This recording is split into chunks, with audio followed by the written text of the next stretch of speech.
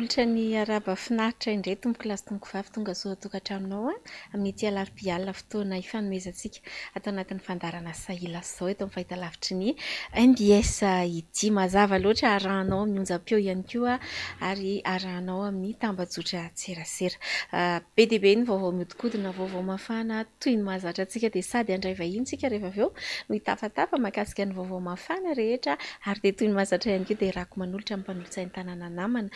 Clémence Ararnirina ny fandarana. Miaraba Clémence. Miarabanao namana lilira faralahy dia ankafaliana toraka izany ihany koa no iarabanantsika rehetrarehetra mpanaraka sy tapaka ny fandaharana sahila zao eto amin'ny MBS isaky ny alarobia alina tahaka izao ora iray eo toy ny mahazatra no iarahantsika ato anatin'ny fandaharana amin'ity alina ity namana lili. Anahoana no endriky ny fandaharana Clémence Ararnirina amin'ity androany ity anaraka fanadihadiana aloha isika rehefa avy eo dia andray vahiny ka ny vahintsika amin'ity androany ity dia tsisa fa ny sekretera général ny otrikafo Andriamatoa Elia Rabevahiny izay manana fanehoan-kevitra maro be ifampizarana amintsika izy Clémence Ararnirina eo aloha ny hoe mikasika ny raharaham-pirenena amin'ny ankapobeny fa eo ihany koa ny mikasika ny fitantanana ny tanànan'Antananarivo fitantanana ny tanànan'Antananarivo izay isantarantsika ny fiarahana rahateo Clémence Ararnirina. Ny andro lasa teo tokoa dia nisy ny fifampiresahana tamin'ny mpanao gazety atao hoe voafantina izay nataony ben'ny tanànan'Antananarivo ny Andrea Tsitohaina isan'ny vaovao goavana ny vohitra tamin'izany ny hoe ritra ny volan'ny commune urbaine Antananarivo arahantsika ny sombina izay fandaharana izay ary miverina eto antsika rehefa avy eo mandray ny vahiny sombina fandaharana izay notsongaina tao anatin'ny fandaharana l'invité du maire izay narahana tao amin'ny TV+ Madagascar. Fanandritra an'izay efa bolana 5 volana izay ritra ny volan'ny commune ritra ny volan'ny commune tsisy esana tsony ka inona ary no atao miandry ny fanatsarana tsika dia hiditra ny hetra ohatra fotsiny le niteneniko anareo le boriboritany fahadimy efa 9 volana zay 20 isan-jato ny olona nandoa etra afaka milaza hoe ny olona hoe tsy nanao tsika tao boriboritany fahadimy ny onala mahitsy ohatra na kazerna na pompier io na fiasana ny amin'ny fanadiovana kanala sy ny sisa ny asany natao hoe resaka terrain de sport nanao any tsika fa io misy fetrany rehefa lany vola ka raha ohatra tsika hoe zay tsy andohetra mihitsy dia tsy ho adio mihitsy ny tanàna io tsisy olona manao mazy ary za tsy mahay manao mazy ary ny ekipa koa tsisy mahay manao mazy zany fa rehefa hita fa nisy ihany ny asany andritra ny telo taona efa tokony mba samy manao ezaka amin'izay zany tsika. Raha isika vetrany ny vahintsika amin'ity alina ity dia tsisa fa ny sekretera général ny antokotrikafo araka ny nambarana namana lira faralahy teo Andriamatoa Elia Rabevahiny ny vahintsika miarabanao tompoko. Miarabanareo miravavy miaraba ny teknisianina ihany koa ary miaraba ny mpanaraka ny fandarana ny atokantrano. Ritra ny volan'ny commune hoy Andriamatoa ben'ny tanàna Antananarivo teo ary isan'ny mahatonga izao fahaloton'ny tanàna sy ny tsy fahafitan'ny CUA ny asan'izao zany izany no isan'ny antony hanazavana ny fampiakarana ny hetra Andriamatoa Rabevahiny ahoana ny fahitanao an'ity fampiakarana hetra trano mitangana be eto amin'ny tanàna Antananarivo ity ary ahoana ihany koa ny fahitanao ny fitantanana ny tanàna izay araka ny nambara teo ny zava-misy rahantsika mahita ny fako tsy afaka ny lalana tsy vita ny tanàna mikorotana. Ataontsika hoe miteraka resabe eto amin'ny firenena eto amin'ny tanàna n'Antananarivo manokana ny fomba fitantanana ny commune amin'izao fotoana izao commune Antananarivo renivohitra moa zany mazava ho azy ny resaka eto tsara ihany satria rehefa amina sehatra ohatran'izao everina ihany koa fa adidy no mamerina ny lasa zany ho an'ny mpiray tanindrazana satria tsy hoe raha verina ny lasa dia mitazona antsika hijanona zay tsy izay akory fa mba fakalesona ihany koa ny lasa raha miresaka ny fako io satria ny tena ihany koa moa tamin'izany dia hoe fantatra tsara fa nanana kandida nitoanina teto amin'ny tanàna Antananarivo ary kandida mpanolotsaina ny tanàna ihany koa ary manana solotena ao anivon'io tanàna Antananarivo io isan'ny nandresen-dahatra ny mpifidy teto Antananarivo tamin'izany fotoana ny ben'ny tanàna teo no resahako dia ny hoe rehefa tsy voaroaka ny fako dia atero any an-tranoko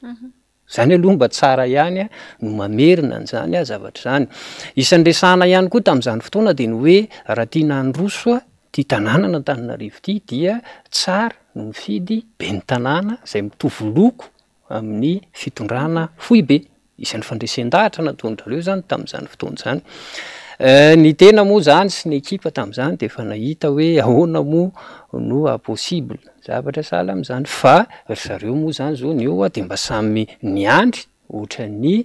mponina Antananarivo ihany koa hoe efa mitovy loko zany ny fanjakana Foibe sy ny mpitantana ny tanàna Antananarivo tokony andeha ndraraha rehetra am'izao fotoana zao tsy izay ny zavatra misy tsy voaroaka ny fako de eto manararoatra hoe sao de fotoana ary tokony anaterantsika n'ireo fako ireo any an-trano ny nga be ny tanàna am'izao fotoana zao satria tsy mamorona miteny an'izany fa izy no milaza an'izay ka rehefa tsy voaroaka ary ny fako ho aterina izy tsy tokony ho aterina any an-trano ny ary ve zay zany ny zavatra misy fa hatraizany fahasahitsika anatitra an'le izy zay zany no tokony ho jerena. Ny faharoa de za manokana lehibe sy ny aina teto amin'ity tanàna Antananarivo ity na tsy teraka teto ary ny mahasamy hafa nyity tanàna Antananarivo le nivohatra ity sy Madagasikara amin'ny akapobeany de veriko hoe ranomasina ihany tsy misy eto. Ny fitantanana an'ity tanàna Antananarivo ity zany de sahala ny mitovy amin'ny fitantanana ny Madagasikara mihitsy. Zay zany le izy ka ohatran'ny variana ihany hoe raha ny potentiel anana n'ilay tanàna Antananarivo no hoe ritra ny vola de mipetraka ny fanontaniana ritra natao inona ritra nakaiza iza no nandritra azy satria raha mijery ihany koa zany tsika ny tanàna ny diverenina le izy hoe etsy ankilany tsy voaroaka ny fako ao anatin'izay tsy voaroaka ny fako zay voalohany hiditra teto amin'ny fandeharana no miresaka amin'ny namany mpiasany leo tompona ndraikitra mpandroaka ny fako eto amin'ny tanàna Antananarivo ireo tsy voalohany karama de ohatran'ny mahavariana zany hoe tsy voalohany karama de mazava ho azy moa zany ko rehefa tsy voalova ny karama androaka fako kosa le olona zay zany le izy fa iverenako hoe ianao zany tsy mahita hoe investissement goavana na hoe fampiasam-bola ataony ny tanàna Antananarivo ny mpitantana ny tanàna Antananarivo ho fanatsarana n'ilay tanàna etsy ankilantsika raha tsika mahita hoe tsy voava ny fitohanany fiarakodia ny fako io raha mahita io tsy hitanao hoe inona ny ova teto amin'ilay tanàna akoatran'le zaridaina Analakely tsy azo idirana moa zany sy le tsy Amojatovy koa somary mba mahavariana ihany hoe atao inona moa zany reny fa samy manana ny fomba fiheverany moa zany feheziko zany le izy dozy hoe tokony ho apetrakitsika rehetrarehetra ny fanontaniana ary tokony ho sarotiny tsika eto amin'ity tanàna Antananarivo renivohitra ity hoe tsy tokony hijanona eo fotsiny le resaka hoe ritra ny vola fa tokony hisy fanazavana hoe ritra tamin'inona ilay vola natao inona ilay vola satria raha ny vola ampidiriny tsena eto amin'ity tanàna Antananarivo ity fotsiny ngeza de ngeza any ary mapiaiky any Afrika ary manontolo zany tsena nanosy be zany raha tsy resaka akoatran'io fotsiny vola no miditra amin'ireny ny vola tangosana amin'io parking ny sanandro io lasa izy any zany no ipetrahan'ilay fanontaniana ka zay no mahatonga akoatran'ny zavatra fa ny panneau publicitaire sy ny karazany moa reny efa tsy resahana mangony fotsiny reny zay no zany no mahatonga mametra-panontaniana hoe nakaiza ary le vola rehefa ritra tsy tokony ho ajanony eo fotsiny kosa zany raha ohatra tena iainantsika zany atao hoe bonne gouvernance zany état de droit zany tena ataoko teny vahiny mihitsy fa tsy adika koa amin'ny teny malagasy mba tsy hiova la hevina raha tena iainantsika zany tena tokony ho isy fanadihadiana atao kosa eo anivon'ilay tanàna Antananarivo etsy ankilany ianao ohatran'izalo mialatsiny fa somary variana ihany hoe zay vao nahita hoe anaty fonosana be ny tanàna manana blindé nefa ny volan'ny tanàna ritra za tsy miteny hoe sao de namidy an'ilay fiara fa mba misarika ny sainy feritreretatsika ihany hoe tokony ho jerena ny zavatra sahala amin'izany fa manahirana zany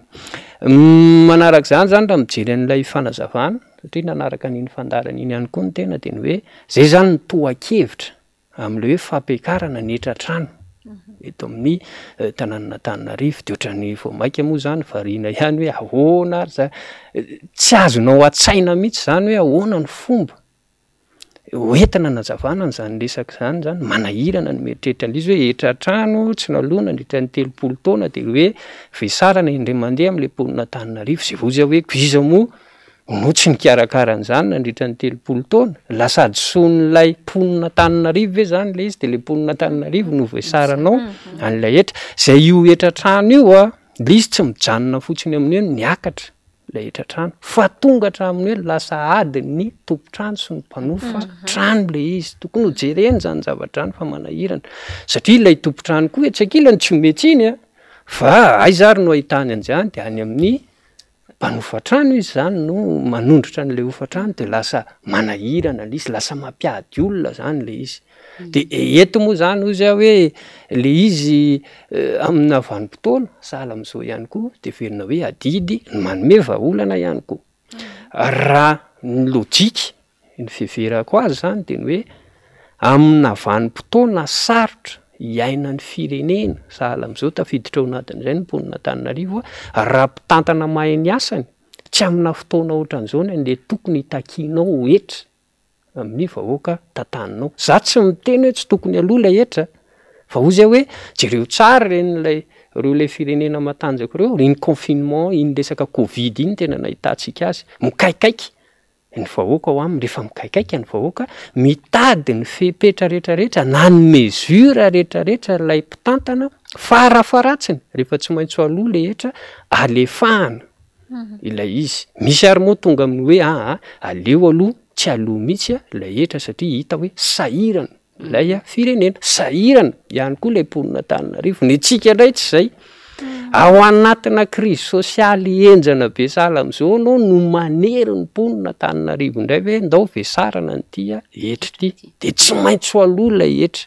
fanontaniana mipetraka ary raha tsy voaloha le etra trano de ahoana hoarodana ary ve zany lay tranon'olona sa atao hoe mbola ho vesarana sazy indray ilay zay zany fanontaniana verina hoe mba mila valiny ka za zany eto ty moa fanambarana efa nataonay de averiko tena manetana ny mponin'Antananarivo mihitsy hoe andao aloha tsy ho alohantsika io etra io za tsy miteny hoe tsy tokony aloha ny etra averiko ihany olona hitatana firenena ve de anentana ny olona tsy andoha etra fa ozy hoe raha tsy ahitsy ny mpitantana tanànan'Antananarivo io tokony irahina aloha tsika samy tsy andohan'io efa misy ihany manko le resahandrareo hoe abattement sy ny karazany fa mbola manahirana ihany zany ny mieritreritra an'izany mba fantatritsika moa fa le abattement ange ninonina ho filaza azy ny favorizeny atao hoe kolokolona ny corruption zany satria manino tsika telo manada zany zao miala ny atrano andoetra trano tsy malala akory hoe ohatrinona am'ty facture ty no aloha dikan'izay zany rehefa tonga eo am'kesy ianao de misy ady varotra io hoe raha ity zany le izy de zao alohanao raha de mba meo an'izao na ozy ihany koa le mpandohetra hoe ty ihany ny zakako fa ty mba omeko anao manahirana zany zavatra zany de ozy hoe lay fanapahan-kevitra raisina mba tokony ho jerena tsara ihany le izy fa lasa manahirana le izy de lasa mipetraka lay fanontaniana hoe inona no heverina lay mpitantana Antananarivo ho atao inona ny tena tiana tongavana eto amin'ity tanàna ity fa lasa ohatran'ny manahirana le izy iny miresaka etratrano iny moa ny herinandro lasa teo tsy afaka andresantsika tao anaty fandarana satria fandarantsika tamin'ny herinandro somary nahodina ray andro mialohan'ny fivorina tsara-potoana namana Lily fa efa andresahana hoe ho resantsika ao anatin'ity fandarana ity ny akony dia iny tokoa moa zany fa de efa araka ny nanapoizana azy fa de le resaka abattement araka ny tenina Andriamatoa Ely Arabe vahiny teo ihany no sisihana nalefa teo anivon'ny filan-kevitra munisipaly ary nanisy aza ireo faneho-kevitra maro samihafa ny votra nandritra izany tonga hatramin'ny ady hevitra mafana de mafana teo anivon'ny filohan'ny filan-kevitra sy isika mpanolotsaina namana Lilia dia ny sisihana foana ihany fa de tsy maintsy abattement satria io no everiny ireo mpanolotsaina ary tsara manipika azy mpanolotsaina pro Rajoelina sy ny mpanolotsaina pro Naina Andriatsitohaina zany hoe ireo miaradia amin'ny filoham-pirenena sy ireo miaradia amin'ny ben'ny tanàna io zany no everin'izy ireo fa vahaolana kanefa de marina be mihitsy ny nambarany ny vahintsika teo tsy vahaolana mihitsy ny abattement iny fa lasa miteraka kolikoly anankiray fa faharoa nilaza efa niaika pahy be maso ny teo anivon'ny commune urbaine Antananarivo fa nanao adisoana nisy ny kajy diso izay nitranga de tokony le adisoana mihitsy aloha no arenina zay vao mandeha ny fampidinana na fikitihana maro samihafa fa de iny moa zany no everin'izy ireo fa de efa zay zany ny tapahany ka de marina be de be mihitsy no miombon-kevitra ny amin'izay teny ny secrétaire général ny otrikafo izay ary marina tokoa hoe tsisy mampirisika ny olona tsy andohetra mihitsy eto fa de betsaka no miombon-kevitra ny amin'izay ny amin'ny hoe zay tsy andohany io zany hoe efa nyteninenina moa zany zay teo anivon'ny fialan-kevitra municipaly io ne rehefa misisika isika de ho tonga am'izay conclusion zay ny olona hoe rehefa tsy tianareo zany ny andray ny vola falohana isa taona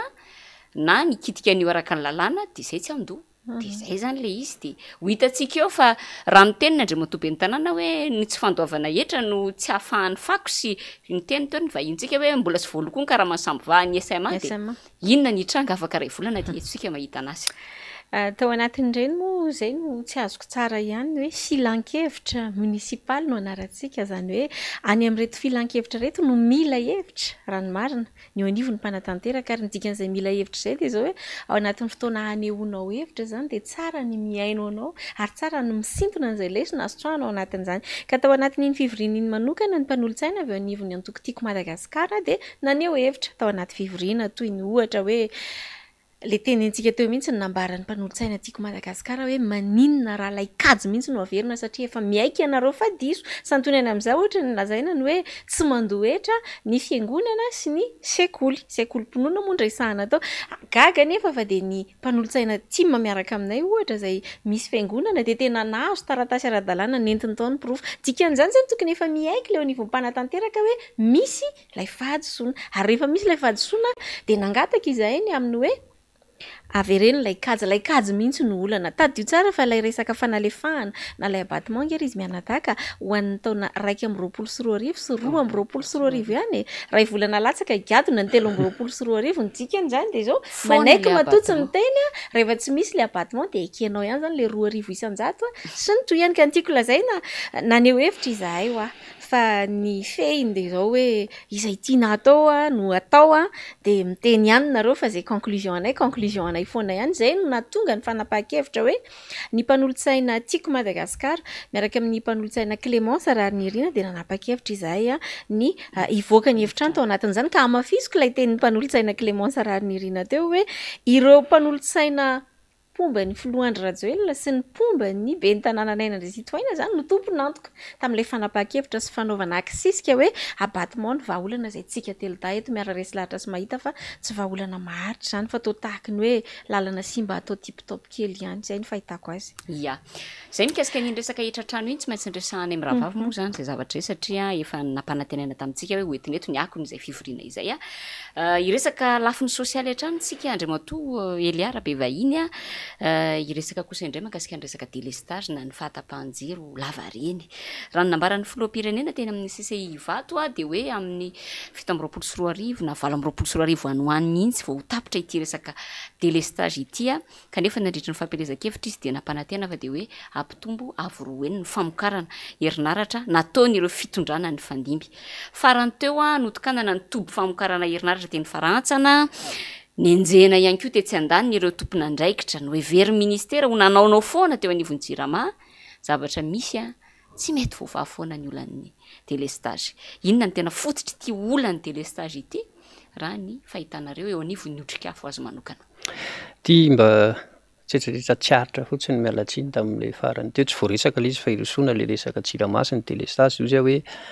raha ny fijery azy koa nge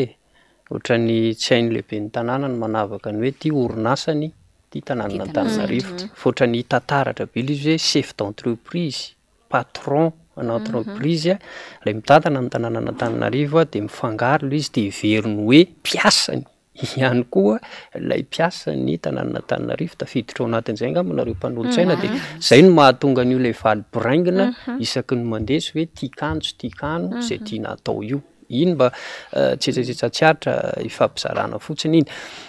makasika an'ilay tsiramasy ny délestage ny fitokanana ny farantsana tamin'ny farany teo izy io misy tamin'ny zay le ataoko hoe tsara foana miverina tamin'ny lasa aloha fa veriko ihany hoe tsy mitazona atsika iny fa mila mirositsika tamin'ny 7 de misy an'ilay lalàna makasika ny électricité zay mitondra ny laharana 98 032 tokony hiverena tsika rehetrarehetra jereny io lalàna io zany de mametraka tamin'izany fotoana zay tsara ny manamarika ny banque mondiale no nanery ny fitondrana tamin'izany fotoana anaiky anio lalàna io de io lalàna ny makasika ny électricité io zany de mametraka ny hoe tokony ialan'ny jirama ny famokarana angovo ho ampiasainy fa tokony omena ny tsy miankina ny famokarana angovo ho ampiasain'ny jirama. Ny ken'ny mpitondra tamin'izany fotoana moa zany le izy nanomboka teo zany tsika de lasa tsy mamokatra angovo firy ho ampiasainy tsony ny jirama fa ny orinasa tsy miankina no mamokatra angovo. De reo le hitantsika hoe ny vahiny reo teratany karana sy ny frantsay vitsivitsy sy ny hafa reo tsy manenjika an'iza siza fa zavatra misy zany de tsy maintsy resahana satria raha hitady vahaolana ianao aloha de mila fantarinao ny antony natonga n'ilay olana. De isan'ny antony anankiray zany zay. De nanomboka teo averiko hoe tsy namokatra angovo-tsony ny orinasa jirama fa nomenany tsy miankina ilay izy vokatry ny fanekenana izay lalàna zay. De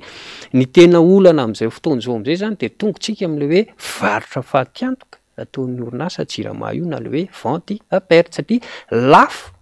ny saran'ny ividianan'ny jirama angovo amin'reto ilay orinasa tsy miankina reto. Nefa vokatry ilay anaty fonosana le populisme dia mivarotra angovo mora amin'ny mpanjifa ny mpitantana ny jirama satria hitantsika vao tonga teo ny fitondrana teteza mita de nikitihany voalohany de le hoe tsy maintsy ahena ny saran'ny facture alohan'ny olona ny atokantrano amin'ny jirama. Tamin'izany fotoana izy raha tsy diso taony hena 10 isan-jato teo fa tamin'izany ny teknisiana atao amin'ny jirama de efa niteny hoe ovidintsika lafo any izay zavatra zay. De io tsika mandrakity ny androany miaina vatam-pahanjiro no mbola ihany koa lafo ny facture alohantsika. Zay zany aloha zavatra anankiray ngezabe mila jerena.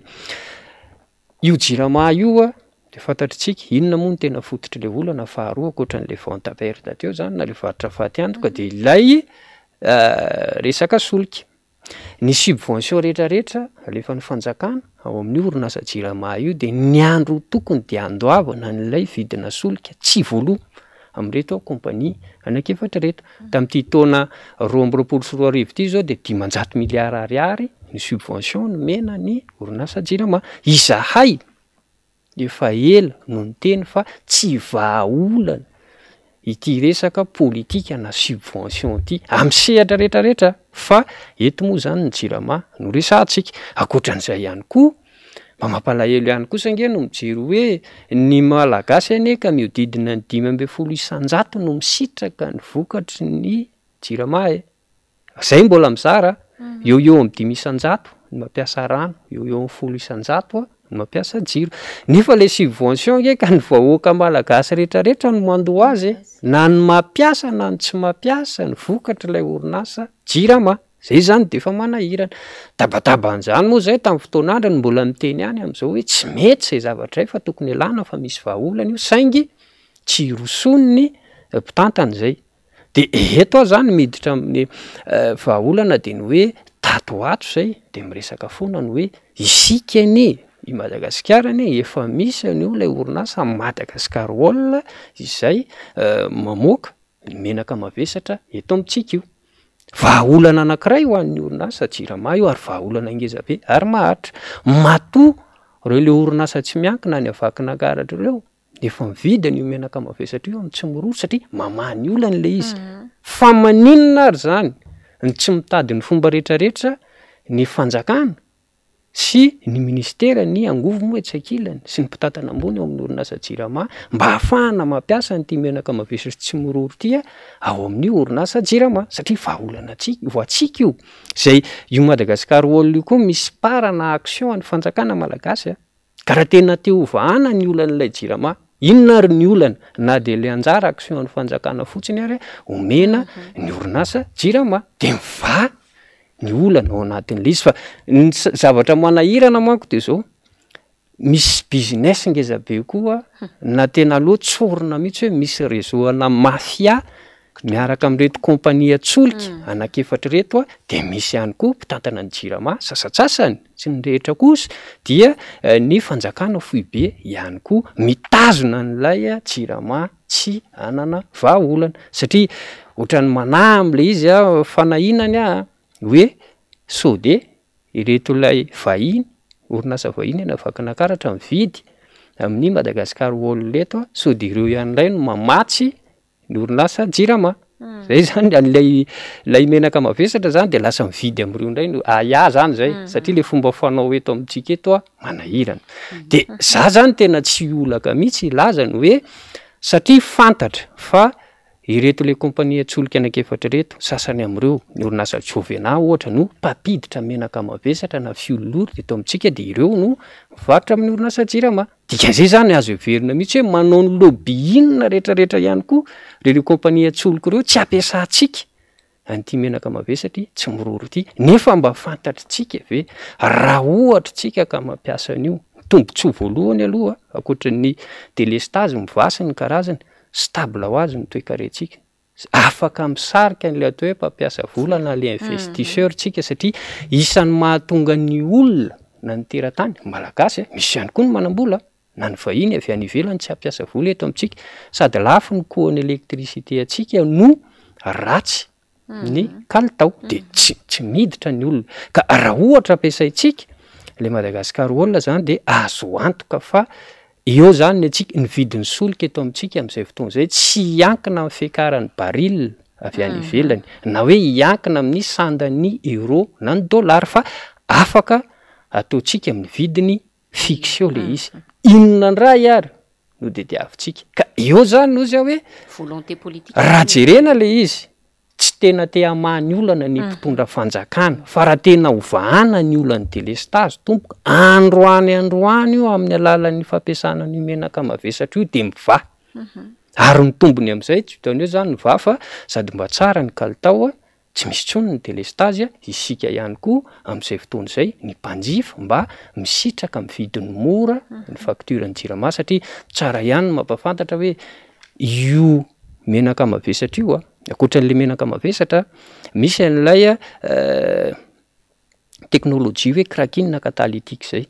io craquine catalytique io afaka mamadika an'le menaka mavesatra ho lasa gazole ho lasa essence ho lasa kérosène azotsika ao anatin'io daholo zany dikan'izay zany afaka heverina ihany koa hoe isika tsy vitany hoe isitraka an'le menaka mavesatra fa afaka inona indray ary ny tadiavintsika na ny prix eny amin'ny pompe ary zany afaka mivarotra gazole tsika afaka mivarotra essence tsika amin'ny alalan'io craquine catalytique io inona indray ny tadiavintsika amin'izay fotoana izay afaka hiverina mihitsy satria raha ny kajy natao satria misy fanadihadiana efa natao koa le izy fa tsy sanatria revirevy afaka atao tsara ny mampidina ny prix eny amin'ny pompe latsaky ny 500 isanjato amin'izao vidiny misy zao satria rehefa natao zany ny kajy eo amin'ny 500 ariary ny vidin'ny gazole miala avy any tsy mororo tongeto de raha zay zany ataontsika hoe satria tsy maintsy mba misy etra ao ka raha asitsika fotsiny hoe 10 ariary ohatra ny saran'ilay fitaterana sy ny etra lain'ny fanjakana afaka atao no mivarotra an'io zany 500 ariary ozy hoe hitady inona indray ary tsika de feheziko zany le izy hoe lay volonté politique no tsy misy tsy ny fanagadrahana ny mpitantana ao amin'ny Jirama ny vahaolana za tsy miteny hoe tsy tokony hogadrana zay nanao ny tsinety rehefa hita hoe nanao ny tsinety mendrika azy ny sazy fa manahy fotsiny aho hoe isika amin'izao fotoana izao mananontanyna antsika eo ny fanovana ny mpikamban'ny gouvernement de mety mba manao zay saim-patany koa le ministry ny angovo hoe ahoana no ahafahana mitazona ahy eto amin'ny toerako de miaya zany hoe sao de sorona ireto lay mpitantana atao amin'ny Jirama lasa ny amponjy reto. Miresaka an'izay resaka délestage zay tsika na dia somary lavalava ilay fanazavana tena nilaitsika le izy fa mifandraika amin'izay Andriamatoa Ely Arabe vahiny dia tena miseho lany ihany koa ny tsy fandriam-pahalemana amin'izao fotoana izao mbola misy ifandraisany fifamatorana amin'io resaka fahatapahan-jiro lava io lasa misy fanafiana amin'ny tapiadina ny teo anivon'ny sekretera mpanjakana medidin'ny zandarmaria pirenena aza moa dia vakivava fa dia hoe maro be ireo tranga nafatesana olona voandroany hoe hatrany anaty bus aza ahitana fanafiana amin'ny tambasy tamin'ny herinandro teo iny amin'iny ambobo iny amin'ny 7 ora maraina fa tena tsy tahotra tsy henatra dia arahana basy avy ato aoriana ilay vehivavy anankiray tsy mahavany olona tsy fandriam-pahalemana tsony ve ity fitondrana rajoelina ity sa ahoana raha ny fijerinareo anivon'ny otrikafo azy manokana? Zany hoe tsotra be zavatra lojika mazava ho azy fa rehefa mikorotana ny toe-karena, rehefa sahirana ny toe-karena de mazava ho azy vokatr'izay mikorotana ny lafiny ara-tsosialy manjaka ihany koa ny tsy fandriampahalemana satria moko rehefa tsy misy arave moa ny asa ny fiainana sarotra inona no any hery afaka ataon'ilay olona zay zany ny zavatra hitany farany afaka ataony mandroba tsy tsara akory zay fa na tiana na tsy tiana any amin'ny mpitondra fanjakana ny vahaolana amin'izany vahaolana amin'izany ange tsotra be ny famoronana asa satria raha nanana asa le olona tsy mino aho hoe andeha androba izy zay zany le izy ka io mipetraka foana amin'ny hoe be dia be ny fampanantenana nataon'ny mpitondra fanjakana amin'ny hoe famoronana asa sy ny karazany fa hatramin'izao aloha zany tsika tsy hitantsika hoe inona ilay tena vahaolana zay zavatra zay nefa lasa isika majinika ny vahoaka majinika ihany no lasa ataontsika hoe sorona vokatra fisininy tsy fisininy fandriampahalemana fa eto manararoatra kely tamin'ilay zavatra nyresahan'ny seg tamin'le hoe efa voaporofo zany zao fa misy tokoa le trafikana arma eto Madagasikara zay ny manahirana ary dia ny hoe tsy fantatra ny fiviny tsy fantatra ny fidirany manahirana zany resaka zany de teo moa no nanararotanay hoe fa inona moa no nampidirana ponja kosa n'lay raha namana anankiray ry tena mialatsiny fa tena mahitsy be izy hoe zany ange no nampidirana ponja kosa ny namana mahelananty manandafy na imalamy na ny denoncer an'le hoe misy vahiny teratany frantsay manao trafikana bala miaraka amina miaramila ny andapany de mamono ny vahoaka malagasy de le raha namana indray no nampidirana ponja tsy nisy fanadihadiana natao akory tiany saigy no miteny an'izay hoe voaporofo fa misy an'izay zany eto koa zay hoe avoay kosa le namana avoay ilay malama aloha de rehefa aveo ataova ny fanadihadiana tokony ataony ny fanadihadiana lalàna ihany koa nge de mametraka ary ny mpitandro filaminana de mitady fiaraha-miasa foana amin'ny rehetrarehetra hoe mily fanampiana le resaka tsy fandriampahalemana tia nefa misy namana nanome source tsisy fanadihadiana akory fa izy indray no lasa any am-ponja mampalahelo zavatra ohatran'izany ka hoy zay hoe lizy kosa andriamatoa sekretera-mpanjakana medidiny gendarmerie tsy tokony hijanona eo fotsiny le resaka hoe voaporofo fa misy trafikana fitaovam-piadiana eto fa tokony hisy fanadihadiana alefa lavitra be mba hahafantarana an'izany satria afaka fatariny zany zavatra zany fa tsy hoe tsy afaka kosa eo am-pelantananareo ny fahefana eo am-pelantananareo ny moyen rehetrarehetra ahafahana manao an'izany mba miandry zany zay hoe mba ho fantatra hoe avy aiza marina moa izany zavatra zany io moa anaty fonosana fotsiny zany natonga anay nge tamin'ny fotoanandro ary mbola mahafisinay hoe mila hanaovana reforma be nge na ty resaka tafika eto amintsika ty tsika nosy nefa ny miaramila tanetiny atsika ny be dia be raha ny lojika ny zavatra tafika an-dranomasina sy anavakabaka ny tokony ho betsaka tsetsatsetsat tsy aritra fotsiny iny satria tokony ho tonga hatramin'izay le izy raha ohatra tiatsika ny siny ny fandriampahalemana eto amin'ny firenena resaka malama moa ianao to de omaly izy no niakatra fitsarana zany hoe tokony nandeha ny audience-ny kasika an'ilay raharaha izay vao nambaranao teo hoe nisy an'izay hoe lazaina fa nanaparitaka n'le vaovao sy nampafantatra momba n'le fisiny zay trafikana fitaovam-piadiana izay akoatran'izay koa moa izy dia mbola no adiadiana ihany koa mahakasika ny resaka hoe fanaparitahana sary hovalizan'ny filoham-pirenena izay fantatsika ihany koa fa efa nampidirana mpamily anankiray eny tsy hafa eny raha io raharaha anankiray io raha momba ny raharaha malama le tokony nandeha audience omaly moa zany de nahemitra am'raiky amin'ny 3 janoary indray ary fanamariana ihany koa ny ilazana hoe mahagaga fa de misy foany ty resaka report na renvoi na procès audience ity eo anivon'ny fitsarana de mahagaga mihitsy tsy hay hoe rehefa raha mafana ve de misy hatrany zay report zay fa de io ndraiky moa zany zao ny malama fa de mihemitra amin'ny raiky amin'ny 3 janoary kanefa ny fe-potoana ahafahana mitazona azy aponja vonjy maika de tokony ho 3 volana raha voasoratra anatin'ny lalàna lasa hemitra ho efa bolana indray zany no ahafahana mitazona azy raha kotiana amin'ny fotoana ny idirany tany sy io raiky amin'ny 3 janoary andehana ny raharaha io na izanaty zany tianay ametrana fantaniana anao ny amin'ny hoe iny zao malama nanao an'izay fa niokevitra de nampidirina aponja vonjy maika tsy malama rery nefa fa be dia be ireo efa nampidirina aponja noho ny fanehoan-kevitra ihany koa tianay antaniana hoe manahoana fahitanareo an'ilay finiavan'ny fitondrana ankehitriny anampim-bavan'ireo rehetra zay mitety sy anao izay anakombonana ny vavan'ireo rehetra zay manao hevitra eto amin'ny firenena io aloha tena mahitsy be amin'ny tena lizy hoe manaratsy tena fotsiny ohatran'ny nombiatsika ny mpitondra fanjakana manao an'izay fanindriana zay hita hoe manelingelana zay mamoaka hevitra tsy mifanaraka amin'ndrareo zay de ho alefa any am-ponja avokoa. Zany tsy io raha misy olona anankiray alefanao any am-ponja, misy indray no mitsangana rapitso. Misy foana zany zay zavatra zay. Dika zay tsy tiany mihitsy no vahaolana amin'izy raha ny fanagadrana olona no vahaolana tsy nisy mpitondra na de iray niongana ary de to amin'ity fireneny ity. Zay zany mahatonga hoe io averiko foana mba tsara ihany no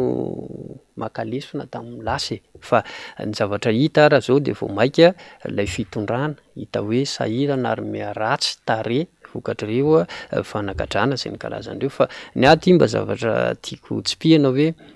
zavatra misy ange ny akamaroan'ny information rehetrarehetra mivoaka eto amin'ny firenena ange ka avy ao anatiny ihany. Dika zay zany raha misy olona tokony enjehana, raha misy fanadiovana tokony atao ny mpitondra fanjakana, jereo le miodidina anareo ao.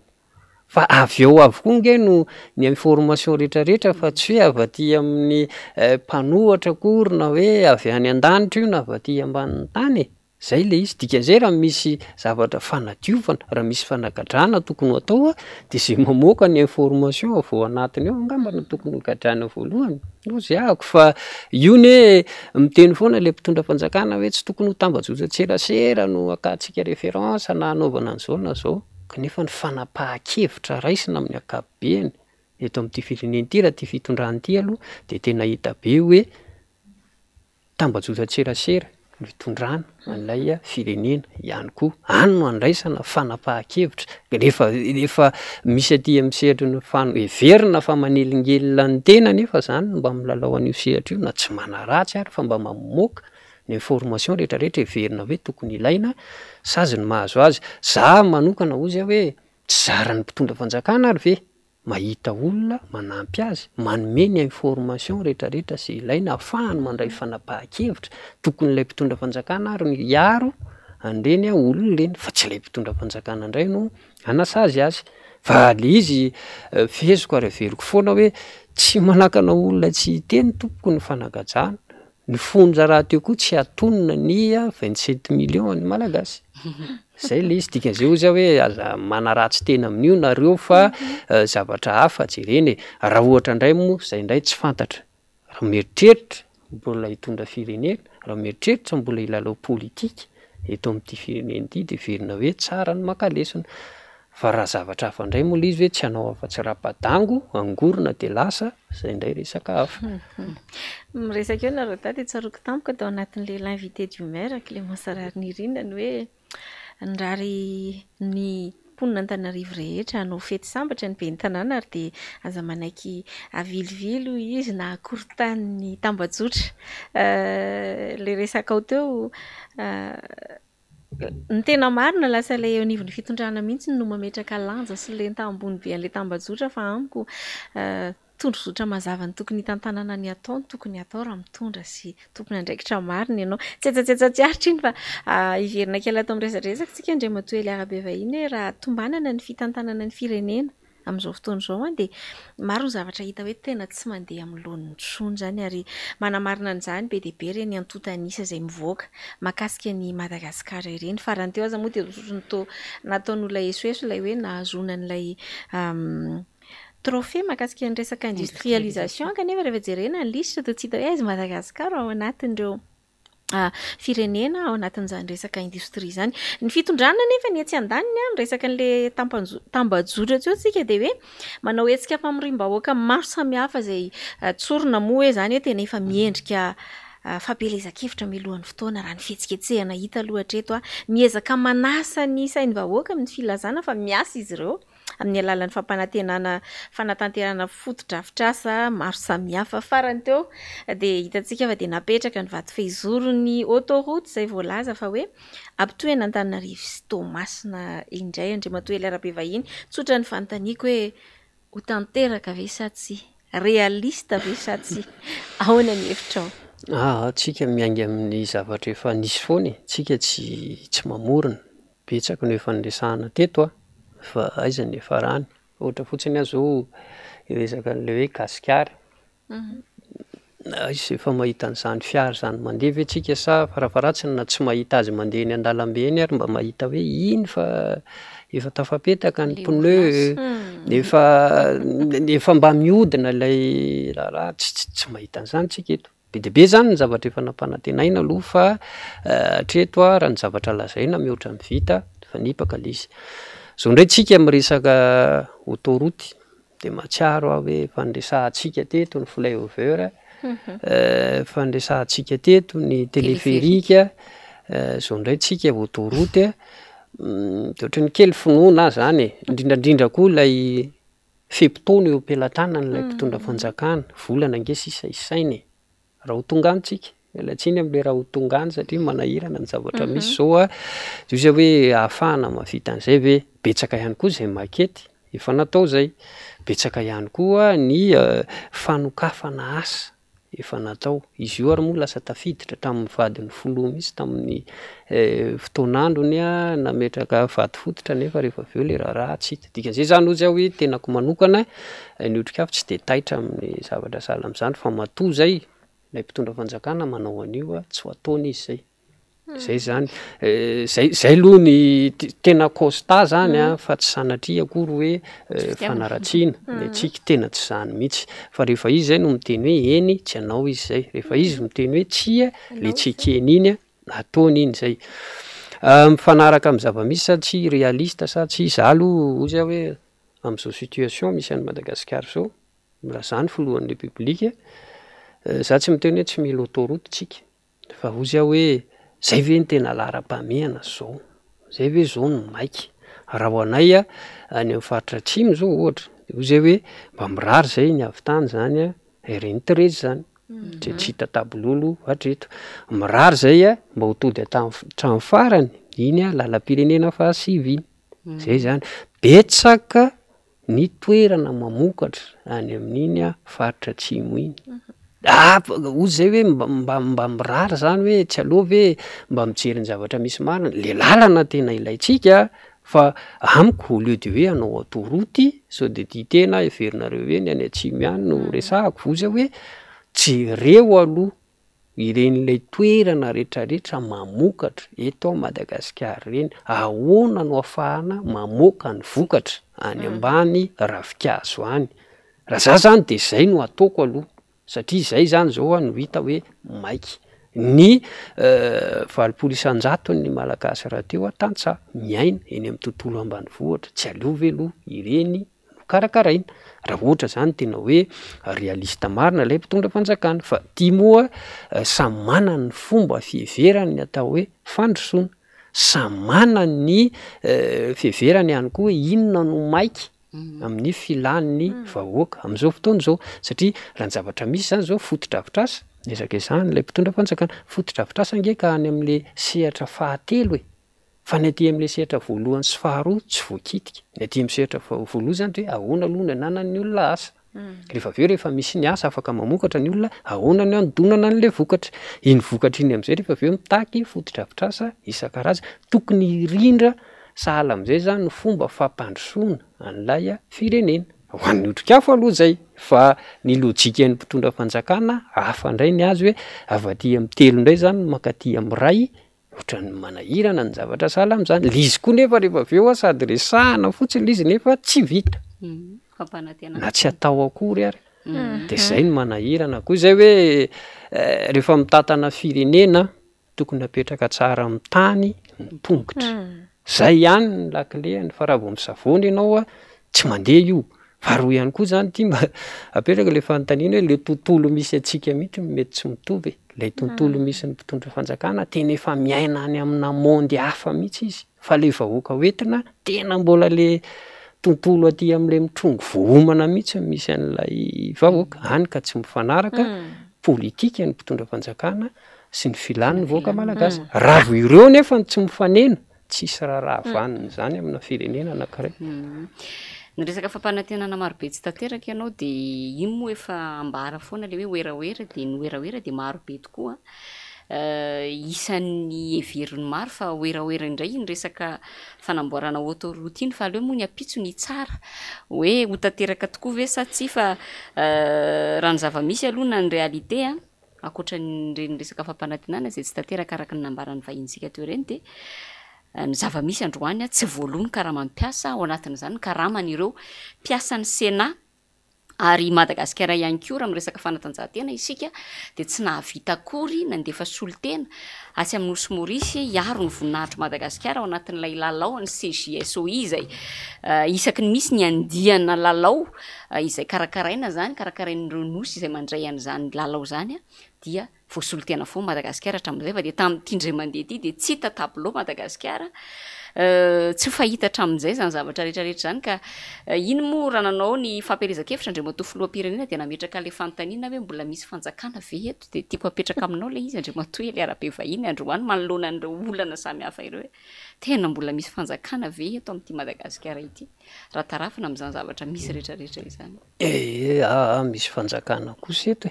ny fanjakana angeny mandray an'izany fanapahan-kevitra hoe tsy mandefa ny tanora malagasy andeha hiatrika ny CJSOI zany ny fanjakana no mandray an'izany fanapahan-kevitra zany ny fanjakana no tsy mandoa ny karamany mpiasan'ny Sénat misy resaka koa ny Assemblée nationale amin'izao fotoana fa iny ajaniko aloha fa ny tiako resahana de ny hoe fa fahalalako azy fa mety tsy malaly ninona zany de ny hoe ny budget ny Sénat zany hoe tsy efa sarja fixe efa mipetraka zany isa-taona hoe tia ny budget ny Sénat tafiditra ao anatin'izany ny fonctionnement sy ny karaman'ny mpiasa tsy voaloha le vola androany de mbola apetraka le fa nakaiza le vola tena tsy azoko zany le izy hoe nakaiza le vola dika zay zany misy fanodikodinana tao anananana tao zany matoa tsy voaloha lay karaman'lay mpiasa manahirana zany de verina foana am'le hoe bonne gouvernance ny état de droit raha tsy izany ny ainatsika fa atao resaka fotsiny to sahirana eto tsika de zany zany le mpitondra fanjakana tena oza hoe ianareo amin'ny Bianco ianareo amin'ny PAC ianareo amin'ny haute cour de justice ianareo amin'ny fitsarana mba mila jerena kosa ny zavatra sahala amin'izany hoe nakaiza ny karaman'ireo mpiasa ny antenimieran-doolo ireo fa tsy tokony ho apetraka amin'izao fotsiny ny tranga sahara amin'izany fa manahirana zany raha zany no avelantsika anjaka de tsisy afa-tsy fandrobana zany no isy eto amin'ity firenena ity ka mba tena mitahaka mihitsy zany zay ny voany zay ilay mangarahary zay fa manahirana le izy lasa ohatrany hoe lasa tezaina amina kolotsaina ratsy sahala amin'izany tsika kolotsaina ny fanodikodonana sy ny alatra sahala amin'izany de ohatrany hoe lasa efa mahazatra ny sofina no maheno an'izany manahirana nefa zany le resaka CJSOI tena variana mihitsy ty mba misy zavatra zaray kely talohan'ny nanaovana politika mba nanaonao fanatanjahantena teny ihany koa zany ny tena ny foot moa ny tena natao tamin'izany klasy fahasivy tamin'izany fotoana na troisième nisy club kely zay nisy anay teny Betongolo teny ao anatin'ny club io zany tao anatin'ny herintaona manindritra zay nanomana compétition fa hoe andeha hivoaka any ivelany ny sélection tamin'izany tena enjana be mba tafiditra tao anatin'izay zany ny tena de hoe isan'izany hoe fivoahana tany ivelany voaloha tany fiainana indrindra koa tao anatin'ny fahazazana na ny fianarana ary tamin'izany nampandeferina kely fa andro meloa tsy ampy ny fore de nijanona tena tsaroko le izy zany rehefa mahita an'ireto ilay tanora zaza malagasy hoe tokony hamonjy ny CJSOI zany tsy fantako raha fantatra ilay mpitondra fanjakana ny vesatra ara-tsaina sy ara-moraly amin'izany hoe ilay compétition na nomanina nandritra ny roa taona tonga le fotoana tsy ahoany eo de tsy mandeha nareo manahirana zany tena manahirana zany zavatra ohatran'izany fa tokony ho jerena zany ozy hoe eo ny any iverenako foana hoe ianareo ve mbola mieritreritra ny fitantanana ny firenena ho ariana sa hoe vita amin'ity le mandat indray mandeha ity le izy io ny ataoko foana hoe raha tia mandat ray ity zavatra hafa zay fa ohatrany vita vitain'ilay ministry ny fanatanjahantena mora fotsiny ilay valiteny hoe rehefa tonga eo amin'ny toerana koa nareo de ataovy zay ataonareo fa zay zao ny eto tena variana mihitsy zany hoe tompona ndraiky mpanjakana ve no miresaka sahala amin'izany nefa misy am'ireo ray aman-drenireo satria misy ny fantatra ohatra zao tsika mbola sahirana am' resaka piscine olympique zany fa misy ireo fanomanana ny CGSO io nandany vola misy tam'zana na renililinina be reny ary manenjika piscine eran'ity Madagasikara ty anomanan'le zanany an'le compétition mandoa vola ary reo ne marina fa ny akamaroan'ireo tanora mety mbola tsy fidy fa manany ray aman-dreny reo manany fianakaviany reo manana ny club misy azy reo manany olona ny karakara sy nandany vola taminy reo dika zay ozy hoe io nge tsy mijanona eo fotsiny hoe tsy lasa le tanora malagasy de zay fa eny ho avy zany 320 zany fa anahirana anareo io anahirana anareo ka ozy hoe tokony ho jerena manokany io lafin'ny fanatanjahantena io fa raha mieritreritra fampandrosoana ny firenentsika Madagasikara nge firenena tanora ny betsaka atao aminy dika zay tsy tokony ho azo amaivanina ny resaka fanatanjahantena fa afaka ampandrosoana tsara ny firenena io misy politika efa ny volavolain'otrikafo makasika an'io fanatanjahantena io fa amin'ny fotoana mampety azy ho zaraintsika zay de ampahafantarina ny voaka malagasy rehetrarehetra. Andry matoa Ely Arabe vahiny miresaka 324 ianao mandeha kely fotsiny saiko de mahita hoe 420 andro sisa de tapitra ny 220 tsy ampiray volana intsony de hitodika any amin'ilay 324 tsika zay raha malala hoe resaka fifidianana ny tonga ao an-tsain'ny maro sy ny mpanara-baovao rehetra ao an-tsain'ny antoko politika ihany koa anatin'izany ianareo anivon'ny otrikafo de raha ny voarakitra ao anatin'ny teti-bola de ty zany napisy resaka be satria de 5.7 miliary ariary monja no natoka ny fanjakana anomanana ny fifidianana filoham-pirenena raha toka 70 miliary ariary mahery zany tany aloha tsy voafaritra ny fanatanterahana na tsy ny fifidianana bentanana sy mpanolontsaina zay ratsika malala fa lany mandat ihany koa isika amin'ny 320 izay miravavy moa zany resahako eto de manoloana an'izany de be de be zany ny alaim-panahy de hiteny hoe sao de mba tsy tiana tanteraka fifidianana ary zao fitondrany zao misy mihitsy aza ny manahy hoe tena mikasakasa ametraka teteza mitatra eto indray hoe ireto mpitondra ireto te antany ianao hoe mitombona ve zany ay zany raha ho anareo nivony antoko otrikafo manokana Andriamatoa Ely Arabe vahiny zay nanatrika an'ilay fanasany ny seni farany teo tetsy amin'ny Petit Palais moa ny filazazy tetsy Mamasina de nivoaka tokoa iny resaka iny satria nafana ny adevitra hoe fantatra moa ny seni no mikarakara sy manomana ny fifidianana ankoatra ny ACC fa tena variana zany nijery 45 milliards d'ariary karakarana fifidianana inona no vita am'izany ankoatran'izay tsy mbola fantatra koa nge tsy mazava io zay fifidianana inona ny anokanana n'ilay 45 milliards d'ariary tsy fantatra zany io filohan'ny republika ve mpanolontsaina an-tanàna sy be ny tanàna ve tsy fantatra io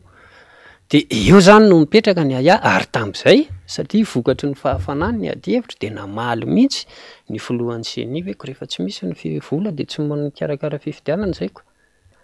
mampiaya zany valiteny zany mampiaya zany hoe ahoana ary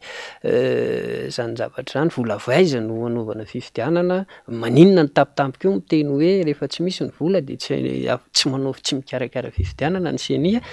so de efa fanomanana ny sain'ny olona tsy kelikely sady zany hoe tsikitika ka tsisy fifidianana akory amin'ny taona 324 zay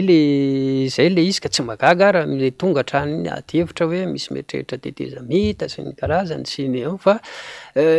tao anatin'iny adihevitra iny ihany de tao koa ny mpanolontsaina politika ny filoha ankehitriny tononoko mihitsy izy fa tsy olo satria raha-pirenena nresahantsika Andriamatoa Soja Jean André Di Kaleta moa ny fahafantarana azy mitovy zay samy avy any atsimo izy fotsiny ary amin'ny tapany atsimo za ary faritra ny hoe za avy any atsimo andrefana izy amin'ny faritra Nosy fahalalako azy mpanolontsaina politika ny filohan'ny republika no mametraka an'izao resaka zao zay hitako hoe tena valiteny botolo tsy valiteny ray aman-dreny tena le ray aman-dreny resahako amin'ny maha-olon-dehibe azy raha ny lalana politika koa efa lava ny lalovany fa tena zandray ny menatra nahita azy zany ny teny satria nandeha ny adihevitra atao hoe ary zay koa isan'ny manolotra an'izany sosikevitra zany hoe tokony ho jerentsika io code électoral io aloha mialohan'ny fifidianana tokony ho jerena ny plafonnement ny budget zany hoe ny vola etrehany candidat tsirairay fifidianana mba tsy hoe resa-bola le fifidianana fa tena nazava be ny Andriamatoa Soja Jean André hoe averiko retany ho ren-danitra ozy izy efa indronona merenako an'ity de ny hoe rehefa tsy manam-bola aza milatsaka de ahoana ary zany de tena ohatran'izany indray mifanina sady menatra kely aho zany amin'ny mahasamy avy any atsimo hoe tena ray aman-dreny be avy any aminay no miteny zavatra sahala amin'izany tena ozy hoe mampanongo tena le izy satria mijery ny ambiansa zany mieritreritra alaiko sary an-tsaina zany ny ambiansa any andapa any mamory ny mpanolo-tsaina nylay foloha mba maka hevitra zany hoe misy an'izao olana zao ka ahoana ny itondrana azy ahoana inona ny sosokevitra de rehefa mandeha zany ny adihevitra makasika an'le fifidianana de hoe Andriamatoa foloha lafa tsy manandrala aleo tsy hilatsaky ahoana ary zany nefa zao ianao ane miteny zay zavatra tianao resahany eo mety mivize ny antoko politika zay heverinao hoe tsy manam-bola ianao fa saingy zao misy vahoaka malagasy ane misy mpifidy ane manaraka an'le adihevitra sy mieno ny zavatra resahanao eo hoe raha za zany ny filohan'ny republika raha zany ny olona miodidina sy manolo-tsaina eo no eo zany de limozeko tsisy ilako azy tena mahitsy tena mialatsiny aminao Andriamatoa mpanolo-tsaina politika ny filoham-pirenena fa tena tsy mendrika anao lay toerana tena ampitiavana no resahako an'le izy fa zany moa miankina amin'ny filohan'ny republika hoe raha zany koa ny ekeny anolo-tsaina azy anazy zany fa za ozy hoe raha za zany zao ny mpifidy de ozy hoe ahoana no andeha eritreretako hifidy olona ohatran'izany ahoana no anendreko olona ohatran'izany mpanolo-tsaina politika eto any resaka de tena manahirana le izy iny moa tsetsatsetsatsyaritra mba zaraina fa tsika teo miresaka fifidianana miresaka tetezamita de ozy hoe tetezamita petraka ihany ny fanontaniana satria mandeha any anaty elakelan-trano any zany resaka zany coulisse zany le tiako resahana any amin'ny notsifera any tiako nisy fanontaniana ipetraka ihany fa tetezamita no inona moa zany satria raha tarafina amin'le hoe budget na 45 milliards d'ariary anaovana fifidianana tsy mazava hoe ho atao fifidianana inona no karakaraina amin'izy de ry vahoaka malagasy ohatrany mampanahy ny sina fifidianana amin'ny taona 3 raha zany zavatra misy zany raha zany budget zany 45 milliards d'ariary ka tsy mety iny koa nefa ilay filohan'ny seni raha miteny hoeko rehefa tsisy de tsy mikarakara zay ko tsisy kosarako tsisiko inona de ozy hoe fananina ve zany sa misy zavatra tiana eviana satria raha ny lalàna manko no arahana ny budget mandritra ny taona tokony efa voafaritra iny fa tsy voakitikitika tsy azo tovanana na hoe anaisorana na ohatr'izany intsony iny karaha 45 milliards d'ariary ho foroninay zary ny ambiny tokony ho azavain'ny mpitondra fanjakana zany fa lasa miteraka lasa miteraka resabe eto amin'ny firenena satria raha zao fahoriana zao kosa aloha no mbola riritina de ohatrany mba manahirana kosa ia miresaka fahoriana horoitiny ianao de be dia be tokoa enivon'ny hainao manjery samihafa misy an'ireny foninina na fidirana mivantana izay ataon'ny olom-pirenena ireny de maro be no efa tsy misalasala intsony maneho hevitra ny amin'ny hoe 3 zany tsy resaka fifidianana ny tena resahan'ny olona fa de hoe tsy maintsy hipoaka ny sarombilana ozy ry zareo manoloana indrindra ny tsy fahombiaza ny fitondrana ratsy-olona ankehitriny dia be dia be ny maneho hevitra amin'izay hoe tsy maintsy isy io fipoahana ara-sosialy io amin'ny taona 3 ny hitantsika aloha zao farany teo misy ny fiakaran'ny maripana mikasika ny resaka délestage izay nitarika fandoroana kodiarana ho ana toerana maromaro teto amin'ny tanàn'Antananarivo omaly indray ihany koa de nietsika mpianatry ny ONS ary mbola nitohy androany izany fitokonana izany noho ny tsy fahafaliana izy ireo mikasika ny fahavitsiny ireo mpianatra izay raisina ho mpiasam-panjakana manahoana indray ny fahitanareo an'izay fanehoan-kevitry ny olom-pirenena mikasika an'izay zavatra mety hitranga amin'ny taona 3 izay izy kosa aloha raha jerena amin'ny akabeany de mampanahy lay zava-misy tany ambolohany zany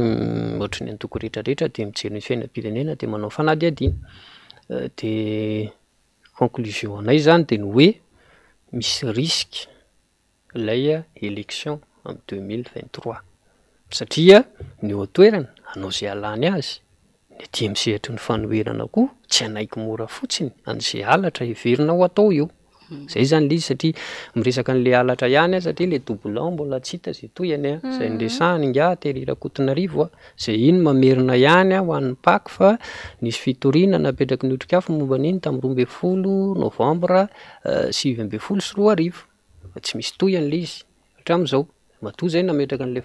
le fitoriana vonony zay amin'ny fanadihadiana fa tsisy fampetson'ny Pâques moa mandrakity ny androany. Ahoana moa no heverantsika hoe isina fifidianana madio amin'ny toerana 20 raha reny le doublon reny ary tsy mbola mivahakory. Zay zany le izy. Zay zany mahatonga ny mametraka hoe raha izao ambiance zao pré-électoral na le melohan'ny fifidianana efa zao ny ambiance misy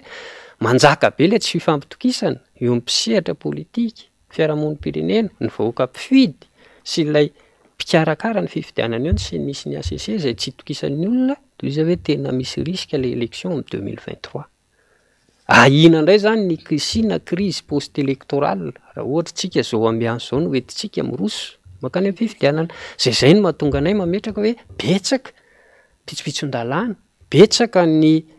zavatra tokony ho amboarina momba an'le fifidianana aloha zay tsika vao hiroso amin'le fifidianana. Zay tsy miteny hoe haimory ilay 2023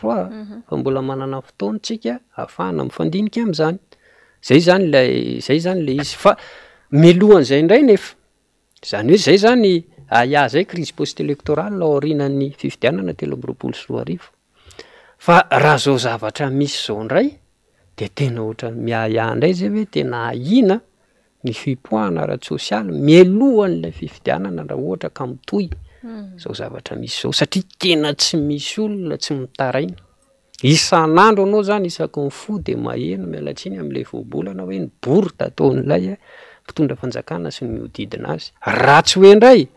satria izay koa mila jerentsika fa fomba fanao koa zany tany aloha tany mety ilay mpitondra fanjakana ihany koa nge manao fomba isindizay korontanana mba hahatongavantsika amin'ilay tetezamita ny resahana teo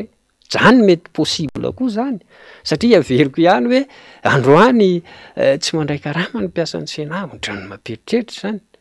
Reo ny mpianatry ny ENS betsaka ny amin'le recrutement moa zany ho resaka io mampigrevendrareo betsaka amin'ndrareo ny tsy tafiditra amin'le recrutement zay ny fahafantarako azy. ENS zany ohatrany grande école rehetrarehetra ana grande école zany ianao na amin'ny ENAM ianao na reo rehetrarehetra reo ny ENMG sy ny karazan'ireny matoa raisiny ilay mpiofana ilay mpianatra de efa fantatra hoe ty zany ny poste budgétaire misy de ino no andraisana ny effectif fa le ENS kosa zany maninona no atao an'izay hoe rais zay fantatra reo fa ho fanina ho mpampianatra matoa zany izy tafiditra ao de fantana hoe zay diplôma azony eo de arakaraka iny ny sehatra misy azy na SUG na lycée sy ny karazany. Androany misy ny recrutena misy ny tsy recrutena izy hoe ohatrany manahirana le izy ka za manokana tsy nihotrikafo satria adihevitra eo anivonay le izy lasa nahiahy hoe mety possible ihany koa ny ao anatin'ilay fitondram-panjakanao ihany satria hitan'zareo fa sarotrarotra ny voan'zareo mpandresy amin'ilay fifidianana manaraka eo de ny hoe ahoana ary ny fomba anakorontanana satria misy koa zany atao hoe coup d'état de palais zany de ny samy ao no mifamingapingana sy ny karazany eo na ny ao ihany koa no manao ny hoe andao tsika hitady ny fomba isina korotana eto mba ho avaty amintsika ihany le korotana ahafahantsika mifehy azy na maîtriser azy zany zavatra iveriko hoe tsy afaka esorina anaty iasy adihevitra zany fa manahirana zany zavatra rehetrarehetra zany ka ozay hoe tokony jerena ihany le izy fa raha zao toerana misy ny firenena zao koa ny sanatria mbola izy korotana tena ohatrany tsy ho zaka tsony le izy ka tena mitodika mitondra fanjakana hoe tena mba tsy raiso ny andraikitrareo fa raha ohatra tsy ho raisinareo ny andraikitrareo rehefa io vahoaka inge ny tonga any anarabe sarotra ny mamerina ny io any atokantrano ny tsirairay avy any ary rehefa io vahoaka io ny tonga any amin'ny arabe fanjakana mirodana nge no anaran'izay zay le izy ka io vavakisoa misy sira ozy izy ny fomba fiteny zay asakasaky nihinana azy fa ohatrany sahirana ihany zany mijery hoe tena tsy ananana vahaolana tokoa ve reny le fetsiketsehana rehetrarehetra reny sa ny avy ao anatin'ilay fanjakana ihany no ny créan'ireny mba ahafahandrareo tonga mitanjona iverindrareo atongavana. Fanontaniana mipetraka tokoa izay indray matoa Eliarabe vahiny farany te hiresaka kely mahakasika an'ilay PEM, le plan émergence Madagascar. Tsy mbola voafaritra mazava ary dia mbola tsy nampahafantarina hatreto aloha ny pitsopitsony mikasika an'io PEM io. Herintaona mialohan'ny farana ny fotoam-piasana fotoam-piasan'ity fitondrana ity sika izao dia ny vokany dia ny zavatra tsikaritra dia lasa manao pilotage à vue ilay fitondrana. Manoloana ny fikatsondra raha-pirenena ankehitriny anefa dia miparitaka indray izany izao ny vaovao mitambajotra tserasera orana maromaro izay fa dia misy miketrika fitsim-pahapitokisana ho an'ny Prime Ministre izany anivon'ny solombavam-bahoaka ary dia miverina indray ny resaka malety ny resaka ianao teo sao dia misy ahatra vao andapa foronina sy ny sisa fa ny mahavariana dia gazety ny ministry ny serasera mihitsy ny Free News no namoaka izany resaka izany androany. Ahoana no andraisanao an'izay resaka rehetra indray matoa Eliarabe vahiny? Ny tena ataoko mahitsy be hoe mitodika amin'ilay mpitondra fanjakana zany sy ny mpombazy hoe tsika aza mifanabady hoe tena mahitsy be amin'ilay izy hoe tsika aza mifanabady. Aniza moa no majorité eo amin'ny antenimieram-pirenena ny mpitondra fanjakana anie. Ary tsika ihany koa mahafantatra fa ela nge ny filohan'ny Repoblika mitady ny fomba nalana an'ilay Premier Ministre Tsay Christian fa tsy afany. Satria maninona fantatritsika ihany koa moa fa ny sehatra iraisam-pirenena no nametraka azy tao aorianan'ireny fihetsehany solombavam-bahoaka telo amby fitopolo tamin'ny 2024 reny. Efa ela zany ilay filohan'ny Repoblika sy ny mpombazy nitady ny fomba nalana an'ilay Prime Ministre fa tsy tafavoaka izy tamin'ilay izy. Tia indray mitoraka ity zany tsy fantatra hoe mety hatraiza ho tafavoaka ve sa tsy satria raha ny vaovao farany alohan'ny hiditra eto amin'ny fandarana zany dia fantatra hoe mididina ny 90 zao isony voangony. Zay zany no vaovao farany mandeha. Dia hoy izy hoe verenako le aloha tsy mifanabady fa fantatra fa le filohan'ny Repoblika ny te hanala an'io fa tsy masaha mandray ny fanapahan-kevitra mivantana manala n'ilay Premier Ministre izy dia mampiasa n'ilay solombavam-bahoaka izay manana ny majorité parlementaire. Zay io zavatra io satria ny gazetin'ny ministre ny serasera moa zany teo miresaka hoe malety sy ny karazany dia tena misy resaka malety tokoa le izy dia eo amin'izay resaka malety izay ihany mbola iverenako hoe za tsy mino na dia ilay segondra ary hoe volany hatrany ny filohan'ny antenimieram-pirenena no entiny zarainy amin'ireo solombavam-bahoaka ireo na hoe budget ny antenimieram-pirenena no zarainy amin'ireo. Fa matoa zany misy vola mihodina ao avaizy. Afaka eritreretina hoe vola avy any andapa ihany zany no zaraina amin'ny rehetrarehetra eo satria tamin'ny teo aloha koa nge fantatra talohan'izao nge efa nisy motion de censure iverina ho natao nisy vola avy any andapa nalefa tao amin'ny antenimieram-pirenena fa nandefa ihany koa ny primature dia rava teo le resaka ka io zany adiny zay be vola le izy raha be vola ny avy any amin'ny primature amin'io resaka io tsy afaka eo izy. Raha ny avy aty amin'ny présidence ny betsaka ny vola mitobaka ao amin'ny antenimieram-pirenena afaka eo izy. Lasa zay ny zavatra misy zany zay no ifampitezantsika eto dia zay le manahirana. Zay zany le izy ka feheziko hoe ny filohan'ny Repoblika ny te hanala an'io fa tsy manana an'ilay fahasahiana hanala an'ilay Premier Ministre lehiben'ny gouvernement tamin'ny vatany izy dia mampiasa ny solombavam-bahoakany. Na izany na tsy izany koa nefa le Premier Ministre koa ngeika tena hitanao hoe misy fomba fiteny zay hoe malemy mantsina tsy hitanao zay tena andraisana azy tena hita mihitsy hoe diplomate le rangaha. Mody tsy miteny izy tsy miteny fa ny ataony ihany koa satria amina zavatra ohatran'izao hita hoe mavesatra be nge ny administration eto amintsika. Io zavatra rehetrarehetra tsy mandeha vokatsy ny tsy fandehanan'ny administration. Iza ny lehibehan'ny administration? Ny Premier Ministre lehibehan'ny gouvernement. Fa indraindray ianao manontany tena hoe ay moa tsika manana Premier Ministre zay tsy hitanao amina zavatra mafana eto amin'ny firenena. Eo zany le izy hoe raha le gouvernement tamin'ny ankapobeny kosa aloha tsika teo ny resaka fahatapahan-jiro délestage, tsika teo ny resaka ny tsy fandriampahalemana. Iza ny tompony andraikitra voalohany amin'izany le gouvernement. Izy hoe tena rehefa tsy mahavita ny asany kosa aloha dia aleo barakay ozy le fomba fiteny fa saingy zo koa ny asolo azy eo manahoana. Zay koa zany ny ady hevitra amin'ilay raharaha satria ny manahirana koa manko hoe sao dia tsy azo antoka fotsiny koa ilay Premier Ministre hoe ho namana amin'ilay fifidianana manaraka na mety ho fahavalo ihany koa izany koa tsy afaka esorina dia lasa mitady ny fomba rehetrarehetra zareo analana azy. Dia zay za zany eto mitondra n'ilay fomba fijery sady tsy momba aloha ilay mpitondra fanjakana zany hoe le filohan'ny repoblika zay te hanala azy fa tsy manana fahasahina tsy momba ihany koa n'le premier ministre satria le premier ministre koa tena hita mihitsy tsy ny gouvernement tatarihany hoe tena tsy mahavaolana dikan'izay zany ozy aho hoe raha n'olo an'io de tsy olona fotsiny ny sorona fa mba tokony isy plan mazava tsara sy mission mazava tsara zany hoe ty no ampandreketina n'ilay gouvernement fa tsy hoe aty amin'ny fifaranany mandatsika raha ny tomboka tamin'ny UEM tsika tapitapika eo misy PEM avy eo indray nisy plan Marshall be ao anatin'ny 5 taona zany firy zay plan emergence ny voky zay ny ray tsy mianomboka akory efa tonga indray ny ray ny etsy tsisy zavatra manjary tonga indray ny ray lasa ohatrany hoe tsy hitako zay fomba itenenana azy fa indraindray ianao manontany tena hoe firenena ve ty tantaniny ity sa hoe sanatria anaovana andrakandrana ny fitantanana n'ilay firenena de lasa manahirana le izy ya makasitraka anao amin'izay fanehoan-kevitra marobe netinao tato anatin'ny fandarana izay Andriamatoa Eliarabe Vahiny ampatsahivina amintsika mpanaraka ny fandarana moa fa izy de secrétaire général ny Antokotrikafo nanakarena de nanakarena ny fanehoan-kevitra ary nafinaritra de nafinaritra ny fandaharana mankasitraka be deabe anazy fa ny amaranako anazy fotsiny ny amin'ny anjarako namana lilira faralaty teny kely satria resaka tsy fandriam-pahalemana sy ny sisa teo tsika androany de nisy olana nantona ny tenako manana olana zany resaka commune urbaine Antananarivo any izy tia orinasa izay nanakena ny commune nyreny karazana hoe fa fitantanana ny fandriam-pahalemana eny anivon'ny tsena sy eny anivon'ny are zany hoe ny misehatra ny fitaterana zany tamin'ny andro ny be ny tanàna teo aloha Laura Valmanana no nisy ilay fanomezan-dalana ny orinasa io isahana an'izay raha ny taratasy navoaka ny commune de hoe miandry karazana contrat nga ifanarahana miaraka amin'ireo mpisehatra eo anatin'ny fitaterana ny UCTU moa zany tena voaresaka ao anatin'izany sy ny UCTS zavatra tiako atongavana fotsiny amin'ny hoe tena be deabe no menemenany amin'le resaka tsy fandriam-pahalemana